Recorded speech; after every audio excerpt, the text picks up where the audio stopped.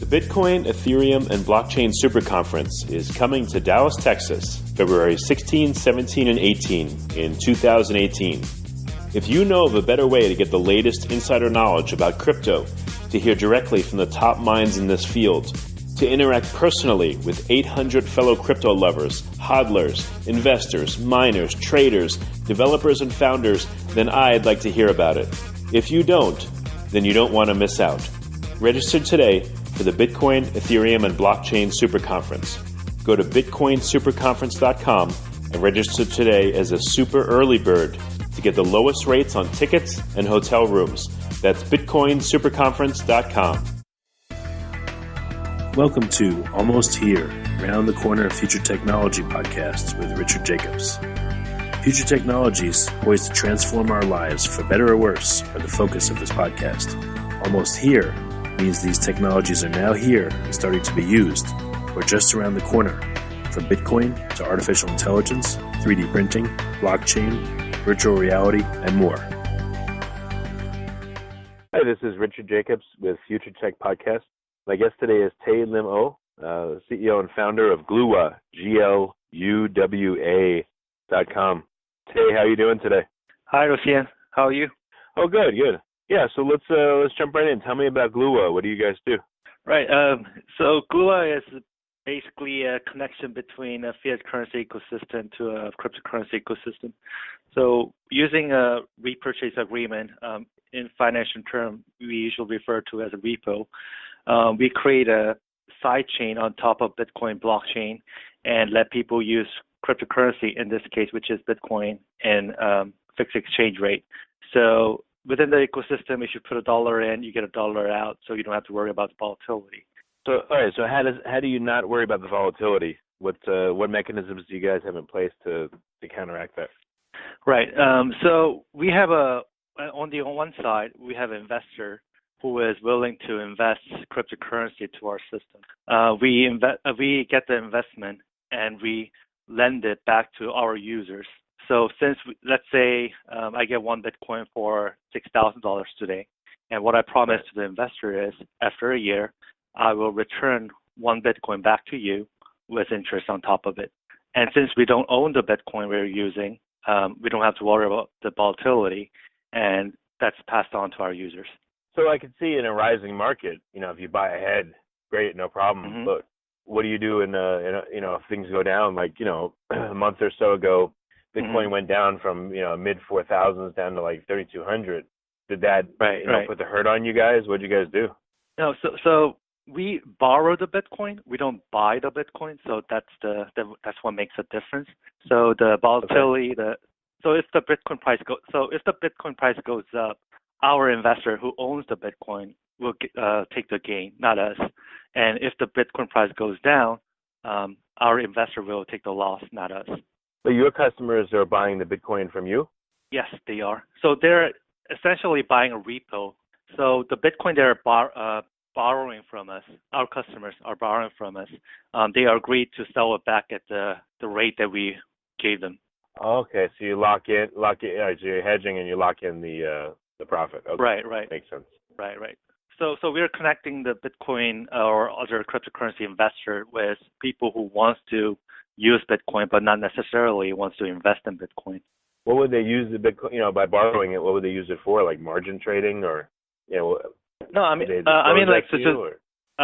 we don't ask every use case, but generally, if you want to make a payment, let's say, it's hard to accept or pay in Bitcoin, and one of the biggest reasons is the volatility. If you pay $100, you're not sure if you're paying $100 or $120, and as a merchant, you don't know if you made money or lost money. So by staying within the ecosystem we provide, people are confident enough to make a transaction on top of blockchain. What kind of use cases are they telling you that they're using it for, or you don't really know? Just a couple of use cases that I know is casinos in Asia, the biggest market that we have.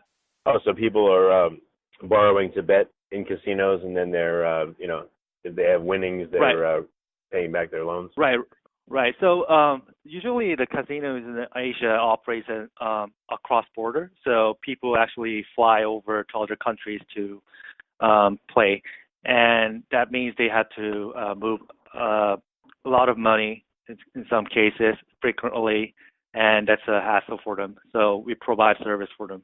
Interesting. How do you so when someone wants to borrow Bitcoin, what interest rate and how much will they lend you, and what kind of collateral do you need? What are the terms of the loan? That's on this. That we cannot disclose that. Oh, okay. So someone has to actually sign up, and then you tell them, all right, you want to borrow this much, Right. you got to do this, that, and the other. Right. Is there any? I'm talking about the investor side. So when the investor invests their cryptocurrency to us, the term is different from investor by investor. So that's why we cannot disclose it. When we provide the service to our users, the fee is set. It's basically less than 0.1% to buy or sell on top of us, and the transaction fee is different from the tier that you use. Like if you have a larger transaction, obviously we decrease your fee. Okay, yeah, I was asking about the consumer side, by the way, not the investor side. Oh, it's okay. All right, so you have several tiers. It hovers around, you said 1 or 0.1%? 0.1%. That's pretty low. That's a very low rate, very good rate. Huh. Yeah, but usually our customers has a huge volume, so that's why we can maintain the rate. When you say volume, is it transaction size? Like, is there a minimum of 5 Bitcoin, or what are some of your parameters for a consumer? There's no minimum transaction size, but the usually average customer transaction volume is quite large for an individual or company, because it depends on the market that we serve. Typically in casino markets, their transaction is quite frequent because they puts money in and back and forth quite frequently. So actually, it adds up. Oh, okay, because of all the transactions. I see. Even though the fee is low. Right. Okay, that makes sense. Huh. Is it just Bitcoin only, or is there like a desire for Bitcoin Cash or Ethereum, or do casinos only really support Bitcoin? Currently, we only utilize Bitcoin. For our merchants, our users and merchants, the medium we use is not a concern. They just want to use cryptocurrency. As long as we provide the service that we promised, they don't really care what the back end cryptocurrency will be. Cool. Okay, very interesting. How long have you guys been doing this for, and what have you seen change over the time you've been offering it? The company itself has been around for 5 years. We saw a lot of things going up and down. Recently, one of the most interesting change we see is a huge exchange coming up in Korea, because the company itself were originated from Korea. The second thing is a huge amount of capital going into ICOs. Okay. So, what's the consequence of that? If a lot of capital is going into ICOs, I mean, that usually means investing in Ethereum instead of Bitcoin. So are people just, buying the Bitcoin and then using it as a bridge to get Ethereum, or, how's it affecting you guys? So what the foundation of the ecosystem, this is how I understand the basic ecosystem. So the money system can be become self-sustainable if it has 3 pillars in place. So the first pillar will be savings. So you should be able to save money safely. And the second pillar will be payment. You should be easily get paid or pay. And the third pillar is actually investment. So you should be able to utilize the capital you have. I think the reason the huge flux of capital going into ICO is because although we have a 170 billion market cap in crypto, the capital is basically unutilized, and there's no real good way to utilize the capital. So when the ICO came up, what I saw happening among the people around me is, so there are some people who started with 100K and become a millionaire like in a couple of years. And since they have all this extra capital, but there were no real good way for them to invest in it. And when the ICO came up, they're like, oh, okay, I have like 10x gain. I'll just put 100K easily and see what happens. And after some of them getting 2x or 3x, or many people lost money, but many people also made money, and that actually triggered more people to get interested in this investment market. I see. Yeah, it's funny to think. I haven't thought about that yet. So, right, we all want Bitcoin, and the other tokens to scale and be used everywhere, but we got to have a place to pay people in them and to be paid in them. So it's funny. Right, ICOs was an outlet, isn't it? I guess ICOs are an outlet for people's crypto. It's a way for them to spend it and do something with it, is what you're saying. Yeah, exactly. So I see ICO as an investment pillar of the whole ecosystem we call it cryptocurrency. And that's why. So basically, think of this. Let's say there's a bank that has 170 billion, and they're just sitting on them. They must have a lot of pressure to utilize the capital, right? And that's basically what's happening now. And the ICO is just a start, and people are pouring in. Well, 1 billion out of 170 is like almost a nothing if you think about it. It's just like 1% of the whole capital you have. So I think that's why we're getting more. Having said that, and that's another reason there is a huge rise in cryptocurrency exchange in South Korea right now, because the South Korea, there are a couple of reasons that why South Koreans are more comfortable in investing in cryptocurrency. But South Korea itself is quite a wealthy country, but they don't really have that many way to invest capital in an interesting way. By interesting, I mean the way that you can actually get 10x or even 50x, something like that. So when people saw cryptocurrency price rising and people making money, they are just trying it out. And I think it's just a start. Right. Yeah, it makes me think, what happens if ICOs fall under heavy regulation, or just people, various ones fail and the industry loses its taste for ICO investing, or investors lose their taste? What's going to be an outlet for crypto? Like, where are people going to spend it? Instead of just sitting on it and holding it, where we've got to get some other use cases going where people have an outlet for their crypto and it's useful to be used somewhere, Yeah, I agree. So this is how I understand, basically, this is how I understand blockchain. So I see blockchain as an objectivity protocol. The value of blockchain, it comes from you making sure that you actually have done something. So let me explain it another way. So when computer came out, people could automate their work. And when internet came out, it was about connectivity. People could work together. And when smartphone came out, it was about availability. You could work anywhere. And when blockchain came out, you were sure that you guys did some work. And top of that, Bitcoin came on. So Bitcoin was a financial ledger. The people made transaction. They're sure they made transaction. And Ethereum and basically a computing power. You're sure that you have some computing power and you have executed it. And the Filecoin, having storage, on and on. So basically what I see will happening is a meaningful blockchain like Bitcoin, Ethereum, Filecoin, and so on will come up out of the whole ICO mess. And they will create a huge value, I believe. And even though most of the ICO will fail, I don't think it will, in the end, in the long run, I think people will still do an ICO because they will see blockchains, good blockchains making 100 or 1000x returns. Right. Yeah, I just, my perception on the market, and I don't mean to interject it here, but, a ton of ICOs have raised money recently. In 1 to 3 years, some of them are going to fail. They can't all succeed. And when that happens, I just worry that, again, VCs and other people are going to lose their taste to invest in the market, and it'll drag the whole market.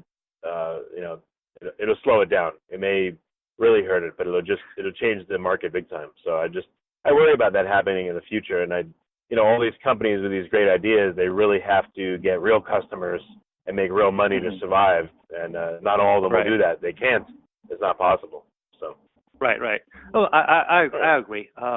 But in the end, if you have a good technology, if you have a good product, if you have a good ecosystem, you will thrive. That's how I see it. So if you make something really valuable, you will be able to make it go out there and make people use it. Well, speaking of which, let's get back to the focus is you guys. I apologize we wandered, but what are your plans? So you're helping people beta casinos, which is fine. But where's your grand vision of this? Where do you guys want to go, and what do you want to be over the next year or so? So casino is just like one of the sectors that we provide service to. Okay. Our grand vision is providing sound currency to everyone. By sound currency, what I mean is currency that you can save safely, easy to pay, and invest easily. For that, we are currently working with a German energy company called Energy.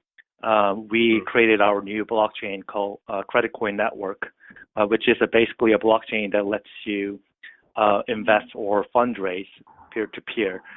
And the vision that we have is we want to connect developed countries with abundant capital but suffering from negative interest rate to emerging economies who has no capital but has a high interest rate.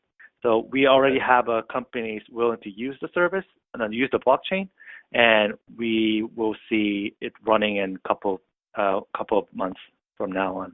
You talked about the three pillars. I bet you have those three in mind as being the requirements for, how specifically are you guys going to address the three pillars? Because I have the feeling that that's exactly how you look at it. So what's the answer to that? How are you guys going to address that? From what I see, I think Bitcoin is a great pillar for savings. I think Bitcoin is doing a great job for that. So I leave that to other people working on Bitcoin. And for payment, that's what Gluwa is doing. We let people to use cryptocurrency easily by removing the volatility. And then thirdly, the investment for that, that's why we created a credit coin network. Basically, it's a network that records every investment transaction. And based on the investment history or lending history, people can evaluate and create their own credit scoring model and evaluate use the credit scoring model that makes sense for them in that market. Oh, okay. Credit scoring of the individual investing or of the opportunity they're investing in? Individual or so basically let's say one fundraiser for whatever reason that he wants to fundraise, and he gives the information of himself as much as he wants and post the fundraising opportunity onto the blockchain.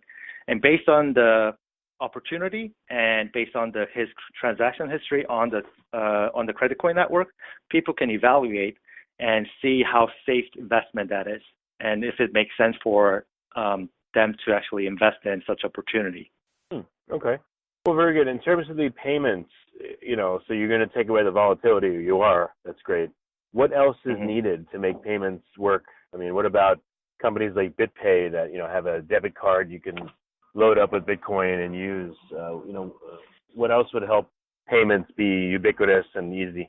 I guess the problem that we need to solve is acceptance. Like more merchants accepting our payment, more valuable the payment method is, right? So Apple Pay is useful just as much as Visa now because most merchants, especially in United States, most merchants accept Apple Pay now. But if you go to countries like Japan or even China, Apple Pay is not that accepted. So Apple Pay is quite useless if you go to those markets. So acceptance is, I think, is the most important part. That's why we work hard to work with either other payment gateways or other e-commerce or POS companies. Okay, that makes sense. Gotcha. So any big partnerships that you're considering over the next 6 months or a year that you can disclose? Where are you going to go with the payment side? You've got volatility that you worked on, but now, again, ease of payments. What's on your roadmap for the next year for that? I cannot disclose the company name, but we are in a partnership with one of the largest convenience store chain in Asia, and they are integrating with our service. And secondly, we are also integrating with one of the biggest e-commerce website, specifically in South Korea right now. They will be our next connection. So after that, we will migrate to like one country by country and then expand our business. Okay, well, very good. So how can people find out more about Gluwa, and what countries in particular do you serve and which ones do you not serve? We currently serve in South Korea. We will be live in United States around the end of the year. More information about Gluwa, you can find it on www.gluwa.com, GLUWA.com. Okay, very good. Any other way that people can get in contact with you? They can send email on taelim@gluwa.com. That's my email. Okay, well, very good, Tae. Thanks for taking the time, and it's been an interesting conversation. I appreciate it. Thanks for your time. The Bitcoin, Ethereum, and Blockchain Super Conference is coming to Dallas, Texas, February 16, 17, and 18 in 2018. If you know of a better way to get the latest insider knowledge about crypto, to hear directly from the top minds in this field, to interact personally with 800 fellow crypto lovers, hodlers, investors, miners, traders, developers, and founders, then I'd like to hear about it. If you don't, then you don't want to miss out. Register today for the Bitcoin, Ethereum, and Blockchain Super Conference. Go to bitcoinsuperconference.com and register today as a super early bird to get the lowest rates on tickets and hotel rooms. That's bitcoinsuperconference.com. You have been listening to Almost Here, Around the Corner Future Technology podcast with Richard Jacobs. Subscribe to this podcast, post a review to discover more future technologies that are poised to transform our lives for better or worse, such as Bitcoin, artificial intelligence, 3D printing, blockchain, virtual reality, and more.